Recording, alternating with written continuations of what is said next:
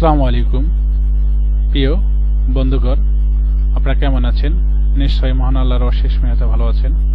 আজ আমি একটি নতুন এক ভিন্নধর্মী ভিডিও নিয়ে হাজির হয়েছি। ভিডিওটি অত্যন্ত গুরুত্বপূর্ণ। যারা কম্পিউটার বিষয়ে একটু জানাশোনা জানেন তাদের জন্য আরও ভালো হবে। যারা কম্পিউটার বিষয়ে টাইপ করতে সমস্যা হয় বা টাইপিংয়ের গতি অনেক কম, তাদের জন্য ভিডিওটি অত্যন্ত গুরুত্বপূর্ণ। হ্যাঁ, ভিডিওটিতে একটি অনুরোধ আছে, যারা আমার চ্যানেলটি নতুন অবশ্যই সাবস্ক্রাইব করবেন, পাশের লেখা বেল আইকনটা অন করে দেবেন। আর কথা নয়, আমরা শুরুতেই যে বিষয়টি নিয়ে আলোচনা করব সেই বিষয় সম্পর্কে পরিষ্কার ধারণা দেব। দেখেন, প্রথমে আমরা টাইপের জন্য প্রথম গুগল ক্রোমে যাব। আমরা গুগল ক্রোমটা অন করব।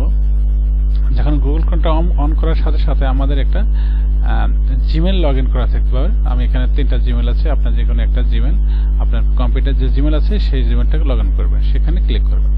ক্লিক করার পর সাথে সাথে আপনাদের এরকম একটা ইন্টারফেস আসবে।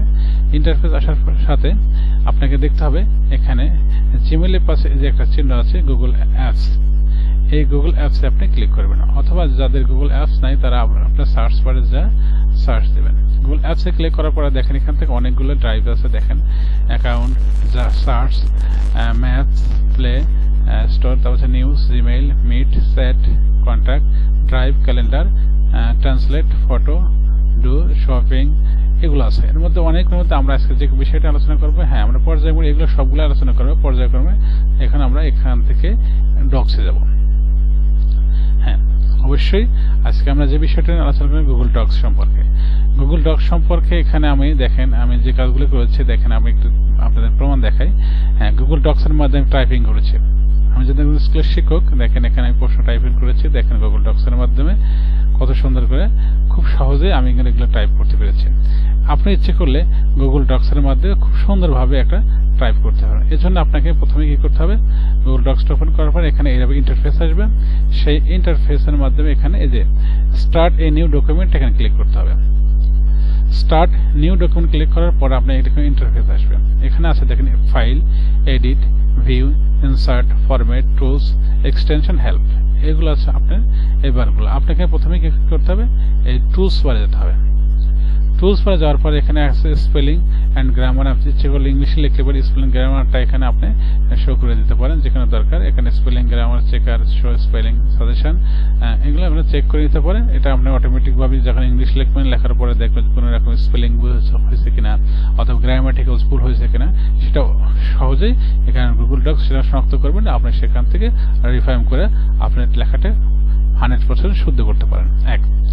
তারপরে আপনি এখান থেকে ওয়ার্ড কাউন্ট, আপনি কত ওয়ার্ড লিখবেন সেটা, রিভিউ সাজেস্টেড এখান থেকে করতে পারবেন। এখানে সিটেশন করতে পারলে লিঙ্কেড অবজেক্ট লিখতে পারেন, ডিকশনারি থেকে আসবে। এখান থেকে আমাদের যে কাজটা, এগুলো সবগুলো থেকে আমরা পর্যায়ক্রমে দেখানোর চেষ্টা করব। আমরা প্রথমে আসে এই ভয়েস টাইপিং আসবো। এখানে ভয়েস টাইপিং আসার সাথে সাথে এখানে আমাদের এখানে শো করবে, এখানে দেখেন ইউকে ইংলিশ। সেখান থেকে অনেক রকম ভাষা আছে। আপনি যে ভাষা ইচ্ছা সেই ভাষাটা আপনি সিলেক্ট করে আপনি সেই ভাষা প্রয়োগ করবেন, অটোমেটিকভাবে সেখানে উঠে যাবে। যেহেতু আমি এখানে প্রথমে আমি আপনাদের যেহেতু বাংলা ভাষায় করছি, আমি প্রথমে বাংলা দেখাই যে বাংলাদেশ, বাংলাদেশ, ভারত বাংলা আছে। আপনি যদি ইন্ডিয়ান হয় তাহলে ভারত বাংলা লিখবেন, আর বাংলাদেশ হলে এখানে ক্লিক করবেন। ক্লিক করার পরে এখানে আপনাকে দেখেন একটা অলরেডি একটা ইন্টারফেস শো করছে। হ্যাঁ, আপনাকে এই ভিডিওটা করতে হলে প্রথমে আপনার মাইক্রোফোন আপনাকে সেট করতে হবে। হ্যাঁ, মাইক্রোফোনটা আপনি কিভাবে সেট করবেন সেটা আপনি জানেন। মাইক্রোফোনটা আগে করলে পরে এখান থেকে আপনি মাইক্রোফোনটা এখানে ক্লিক করবেন। ক্লিক করার পর দেখেন অলরেডি লেখা শুরু হয়ে গেছে। হ্যাঁ, আমি আপনাকে ভালোবাসি। দেখেন যে কথাগুলো আমি এখন বলছি সব কথাগুলো এখানে টাইপিং অটোমেটিক শুরু হয়ে গেছে। আমি একে স্পেসিফিক কিছু কথা বলি। দেখুন, আমার সোনার বাংলা, আমি তোমায় ভালোবাসি, চিরদিন তোমার আকাশ তোমার বাতাস, আমি তোমায় ভালোবাসি। দেখেন আপনি যে কথাগুলো বলবেন, আমি যে কথা বলছি অটোমেটিক সেই কথাগুলো কিন্তু উঠে যাচ্ছে। এখন আপনি যে বিষয়টা এখন লেখার দরকার সেই বিষয়টা আপনি সুন্দরভাবে গুছিয়ে বলবেন এবং লিখবেন। দেখেন এভাবে লিখলে পরে আমার লেখাটা হয়ে গেল। এখন হ্যাঁ, আপনার শব্দটার সাথে কিছু যদি ভুল থাকে, সেই ভুলগুলো আপনি ইচ্ছে করলে এখান থেকে আপনি চেক করে করে পড়বেন। পড়ার পর দেখবেন যে আপনার যে ভুলগুলো আছে সেই ভুলগুলো আপনি অমিট করে আবার নতুন করে বলে সেইগুলো আপনি লিখতে পারবেন। হ্যাঁ, লেখার সাথে আপনি ইচ্ছে করলে এখান থেকে আপনি এই লেখাগুলোকে আপনি ওয়ার্ড আকারে নিয়ে যাবেন। আপনি কোথায় নিয়ে যাবেন?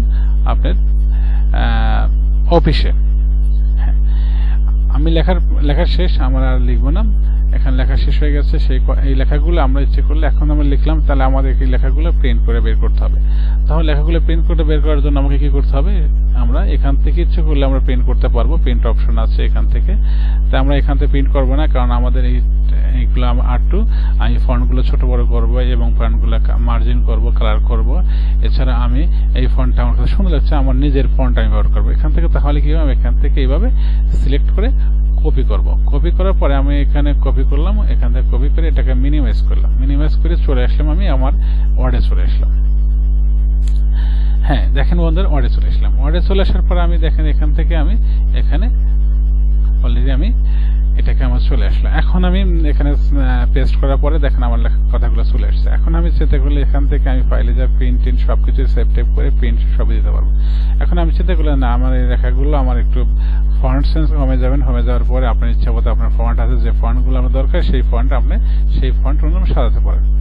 সাজানোর পর সব ফন্ট এখানে আপনি নেবে, কোনো সমস্যা নেই, সব ফন্ট এখানে নেবে। এখন আমি ইচ্ছা যে ফন্ট ইউজ করে সেই ফন্ট ইউজ করে। মনে করেন আমি এখান থেকে আমার এই ফন্টটা পছন্দ হচ্ছে, এটা নিচে। এখন আমি কি করলাম, যে লেখাটা আমার আমি একটু কাজ করব, ডিজাইন করব। ডিজাইন করার জন্য আমি এখানে মনে করেন যে লেখার মাধ্যমে আমি আমার লেখার মাঝে দেখেন আমি একটা ওয়াটারমার্ক দিয়ে দিয়েছি। ওয়াটারমার্ক দিলাম, আপনি ইচ্ছে করলে পরে আপনি বলেন না, আমি লেখাগুলো আমি একটু করব, আপনার কালার করব। ইচ্ছে করলে আমি কালার করতে পারেন, এখান থেকে আমি লেখাগুলো কালার করতে পারেন, যে কালার দরকার আপনি সেই কালার করতে পারেন।